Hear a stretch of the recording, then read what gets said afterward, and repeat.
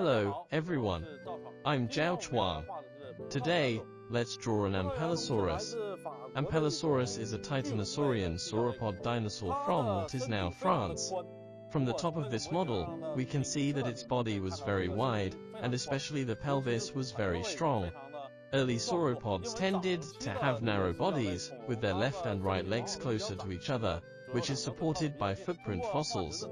In later stages, the sauropod's legs were farther apart. As a relatively late dinosaur, Ampelosaurus had a relatively broad body, and the distance between its left and right limbs was somewhat large. It had a very important feature that there were many large and small plates on its body. We don't know exactly where these plates were located, because when being discovered, they were not attached to the body, but scattered independently on the ground. We could only reconstruct these plates based on our current knowledge of this type of dinosaur. Next, let's draw the Ampelosaurus. We start by drawing its head. Its head was small. No skull has been found, but based on the analysis of its close relatives, its head might be relatively long, with the top bulged upward.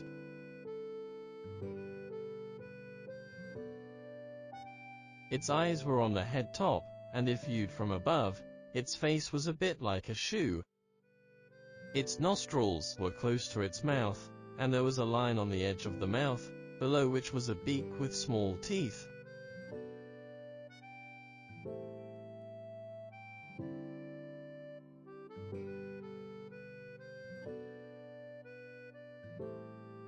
Then, we draw its lower jaw. Behind the eyes and downward were its ears. The eyes were at the highest point, and the back of the eyes went downward. Then we draw the dorsal side of its neck.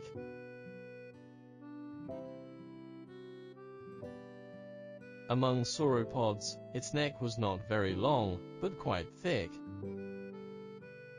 Let's draw a line like this. This is its back. Since there were many spikes on it, we can leave it blank for now.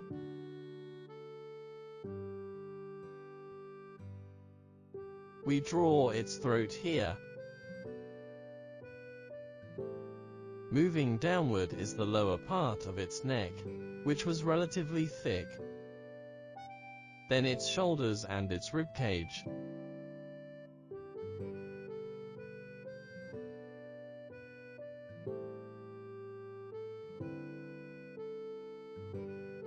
Here, we draw its forelimbs, the upper arm,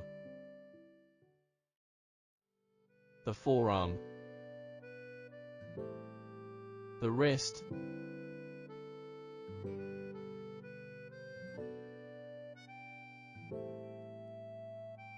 and the position as high as the shoulders.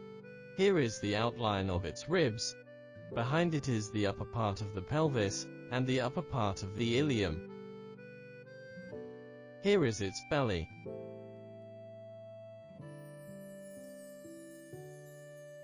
Then we draw its thighs, which were very long.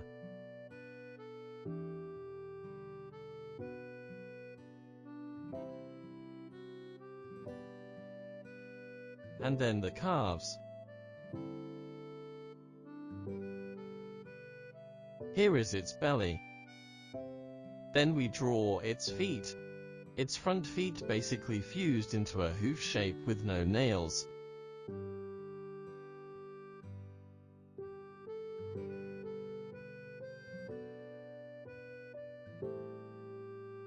The hind feet had 3 toenails.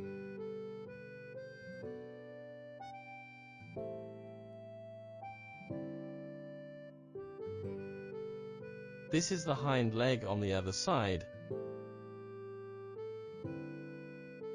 And going back is its tail. We can start by drawing the lower part of the tail. On its back, there were several rows of large plates. Starting from the pelvis, these plates gradually became very large spikes, and extended to the tail.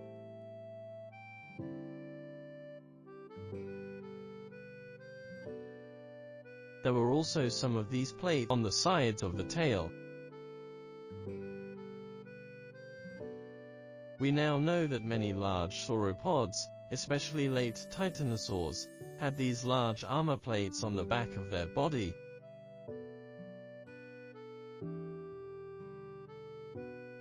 Ampelosaurus was one of the first dinosaurs to be found with such large plates. We then connect this line above the tail, and then we can highlight its muscles on the sides of the neck.